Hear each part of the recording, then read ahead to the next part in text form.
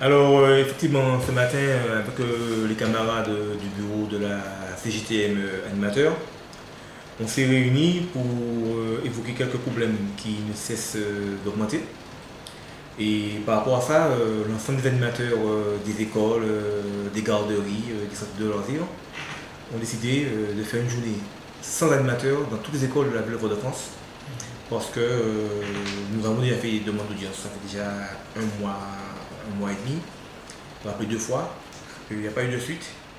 Et là, il y a un laisser-aller total envers ces animateurs précaires qui subissent une bonification totale, hein, que ce soit des parents, que ce soit des écoles, que ce soit au niveau de la hiérarchie de leur service, de laquelle école. Et ça, c'est un truc vraiment inacceptable, hein. Alors, vous avez de côté les parents qui, qui malmènent, qui battent, qui maltraitent, qui menacent les animateurs. Ça passe en guise ou roche. Personne n'est au courant. Il y a eu un parent, si il dit de quelle obédience qu'il est, on va penser que je tire aussi une race particulière, mais je ne vais pas dire cela, qui a menacé une animatrice d'une école du côté du Bon-Point, comme quoi elle a découpé en modèle. Il n'y a pas eu de suite. Il y a eu un parent sur une école du côté de Carrefour, Dillon, qui a été pris par les cheveux et malmené par un parent. Il y a eu des enfants qui ont dit qu'ils ont vu une animatrice derrière un mur avec une animatrice. Des enfants qui ont dit à la directrice qu'ils ont vu une animatrice avec un enseignant derrière un mur. Sans inspiration, elle a été virée et après ça a muté. Il y a eu une autre qui a trouvé ça intolérable. Elle a été virée aussi parce qu'on a trouvé qu'elle ne veut pas être solidaire. Donc là, ça c'est un minimum de problèmes. Ensuite, il y a une pluie d'associations qui travaillent pour la ville. C'est formidable parce que la ville les paye pour ça. Il y a des conventions. Mais il se trouve qu'ils paient les animateurs extrêmement tard. C'est-à-dire pas avant le 10 du mois, l'argent sur le compte. Des fois, le plus tôt, c'est le 5 ou le 7.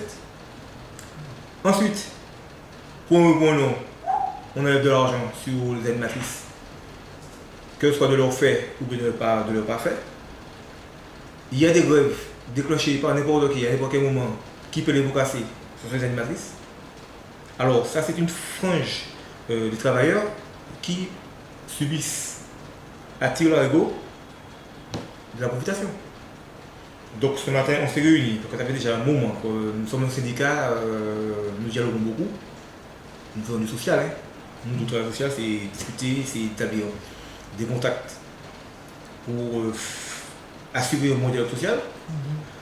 Mais par rapport à toute cette lèvre-là que je vous ai expliqué, eh bien, on ne peut pas, nous, passer en tant que délégués au niveau du syndicat, passer comme des billes dans l'ensemble des problèmes soulevés par nos animateurs. Et je tiens à dire que nous avons des documents, des courriers qui attestent que l'ensemble des associations depuis 2 ans, nous faisons de les rappeler à l'ordre, de discuter avec eux. Nous avons envoyé un courrier en mairie pour dire attention qu'il y a des associations voyous, entre guillemets, parce qu'il y en a déjà 2 qui ont été en prison, ça fait déjà quelques mois, et que c'était pas normal que ces gens-là viennent travailler pour la ville et salissent, 1, les salariés, 2, salissent aussi la ville. Donc dans ce champ-là, il faut voir qu'il y a impliqué la CAF, les collectivités, tout ce que vous voyez. Qui peut les vous casser, ce sont les animateurs. Maintenant, il faut bien comprendre que c'est pas parce que nous ne sommes pas habitués à faire grève, nous toujours faire préavis, que nous l'avons regardé très en passé. Pour un pays très martinique, dès nous ne pas rentrer dans le quartier de la voie digitale.